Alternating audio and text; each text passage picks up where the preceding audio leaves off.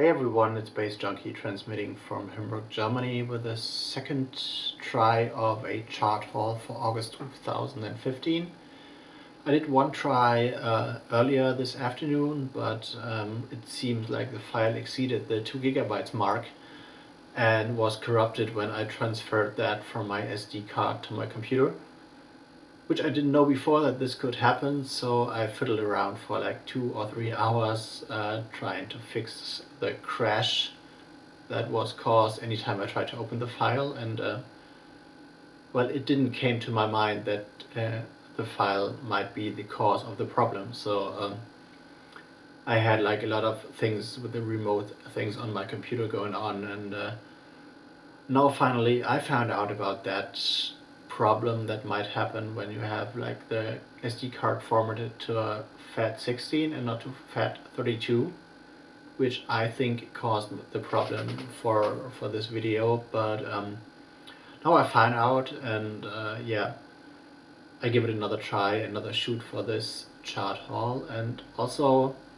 I discovered a kind of glitch on my YouTube view count, and I'm not too sure if any of you has experienced that as well. So if yes, please give me an answer to that, because when I go to my channel and view my channel and go to the channel info rider, which is like where you can see like all the contact address and all that stuff, there is also a view count which gives you an overview of the total views that happen to be on the channel, which is in my case right about now about like 950 or 970, whatever.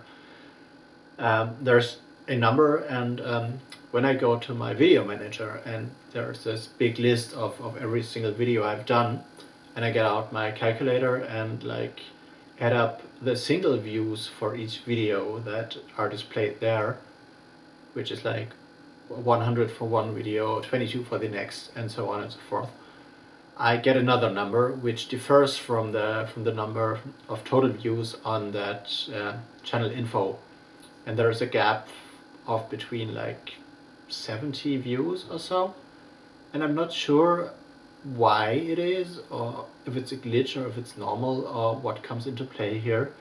So if any of you guys like have seen that and experienced the same glitch and you know about that, like just let me know in the comments, because I'm pretty new to YouTube still, and so I'm quite curious what might cause this problem. But anyway, we're here to talk music, and that's what I'm going to do now. I've sorted that records I've had in my charts by format again, which seems to be the easiest way to grab them and tell a bit about them. So let's start out with the first CD. Only one CD in my charts is a band called Trupa Trupa, and they're from Poland. Actually a nice CD fold thing with like a silk screen print. I don't know if it makes sense on the camera, but I got this as a promo, and this album is called Headache. It's on Blue Tapes and X-Ray Records, and it's rock kind of music, like rock meets psychedelic rock meets psychedelia meets like dirty indie, a little bit of grunge like in the atmosphere, and also like dirty like dark wave, no wave, post-wave-ish, very interesting, very intense stuff. Actually glad. I was a little bit skeptical at first when I read the description, but I'm very into this album and I can highly recommend that. And you will find the link to my chart post on LSD in the description box, so you can read a little bit more about this when you are interested in that kind of thing.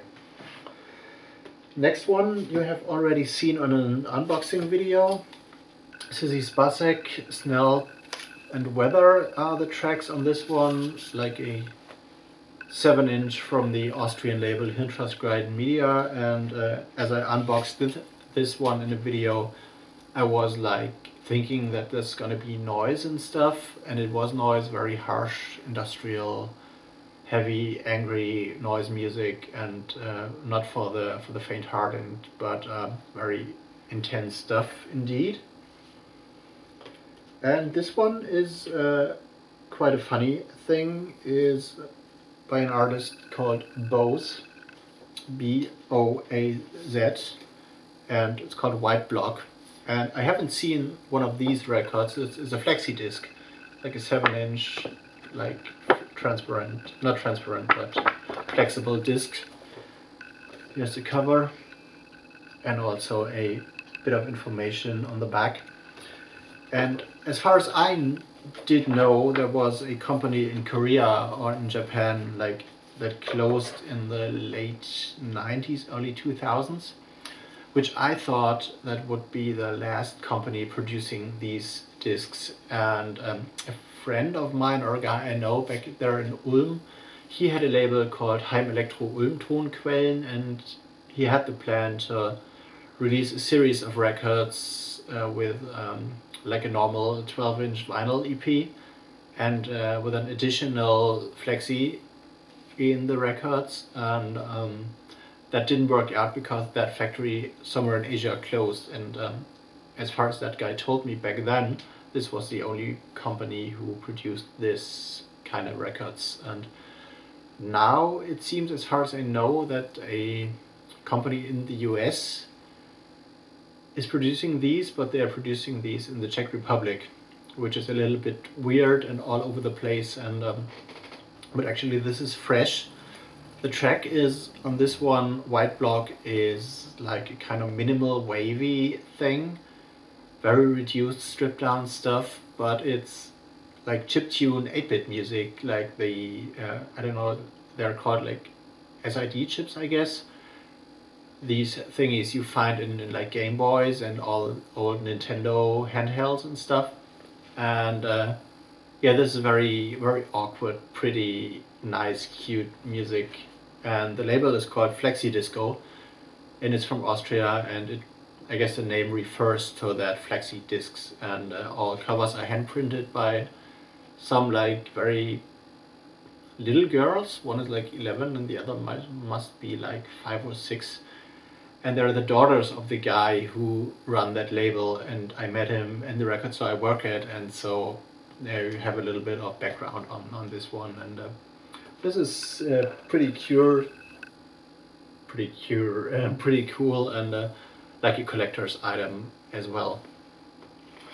Now we come to the 10-inch sections. You've seen this one, Anduin, Last Days of Montrose House, in an unboxing video, released on infinite grayscale, nice silkscreen print, gray silverish record. And there is a bit of like additional stuff as well in here. It is more like electronica, ambient kind of music. We have a download code, and we have a photo, and we also have a little bit of additional information, hand numbered minus copy, like 201 of 300. And anyway, as I forgot to mention, that the flexi thing is also limited to like a few hundred copies only. Another one of infinite grayscale you have seen already is Eric Winger with Jan-Philippe Toupart, The Empire Never Ended. And another 10-inch white one with a silkscreen print on the back.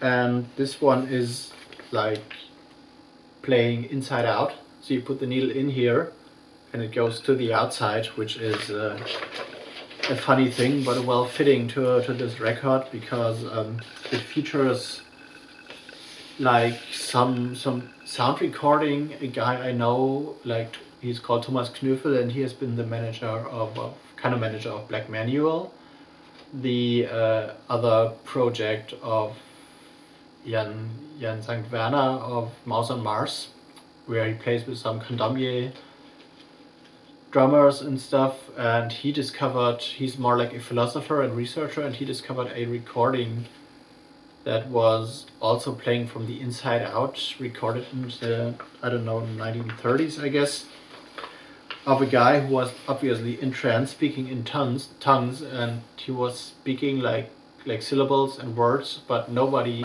to this day has discovered what kind of language this is, and these recordings are featured on here, and they're playing alongside some musicians a little tricky conceptual story. And here's a bit of information, and here's the stuff that the musicians do play when the record goes on, and also a photo and another download card, which is nice, and also limited to 300 pieces. And that guy Thomas Kniffel is also a nice guy, and so pretty intense collectibles recording. Finally, we're going into the 12-inch and LP section of my charts, and starting out with this one, Birds Not Bitches EP on Albion Records. It's a 4-track EP in hot pink, which is pretty nice,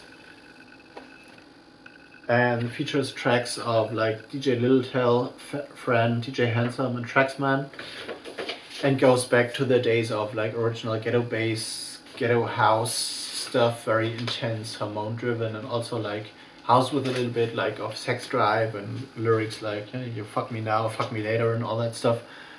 So very good, and like hot club music, I guess. More from the ghetto side is this one, DJ Rashad 6630 EP on Hyperdub. DJ Rashad, as we all know, passed away way too early, and these are tracks he produced with some of his fellows from the Tech Life crew before his death, obviously, and now they are released on Hyperdub, and this is good, like Duke footwork, Chicago bass music. So if you're into that, you might check that out. And Hyperdub is one of the labels who has been pushing that footwork sound, Duke sound forward anyway. 2 records from the dub side of things on the same label, on Lion Charge Records. We have like Egoless, Dub Dedication, Dub Heritage, Lion Charge 11, and this one is digital 3-track thing called Dub Mammoth, white labels with like only a stamp. And these records on this label weren't on my radar, kind of, because I had them like connected to dubstep in my mind, and also to like more like drum and bassy kind of things. But actually these are like pretty good, intense dub tunes, like 4/4 stepper dubs things. And the digital record is the drum and bass producer digital, which I didn't knew that he was also producing dub. But these are good, intense, and I'd love to hear them like in a club, because that's gonna be like a big bass. And the final one, I've done a special unboxing video about this, but Prince Horn Dance School, Home Economics, like on DFA Records, recently released. There's a inner sleeve, and there's all the lyrics, and there's a nice darkish red vinyl pressing 6-track EP, minimal post-punk, very appreciated. They're my favorite post-punk band anyway, and highly recommend it. Yeah, so I hope you liked this little chart haul video, and I hope you bear with me because it was pretty late this month, but I don't promise, but I'll try to get the next one out like earlier in September. And yeah, give me a thumbs up if you like this video, give me a thumbs down if you don't, subscribe if you want to see more of me and you don't want to miss a thing. And yeah, that's it for today. Baze Junkies out. See you later.